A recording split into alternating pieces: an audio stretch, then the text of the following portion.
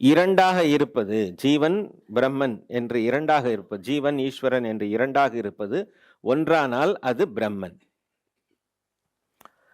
இப்படி சொல்லும் பொழுது இரண்டாக இருப்பது ஒன்றாக ஆவதாக இதற்கு அர்த்தம் இல்லை.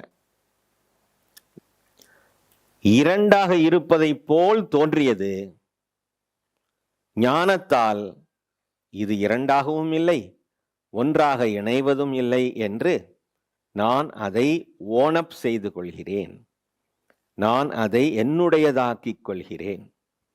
அப்ப ரெண்டு இணையறதுக்கு பேரு இந்த இடத்துல ஜீவ ஈஸ்வர ஐக்கியம் இல்லை.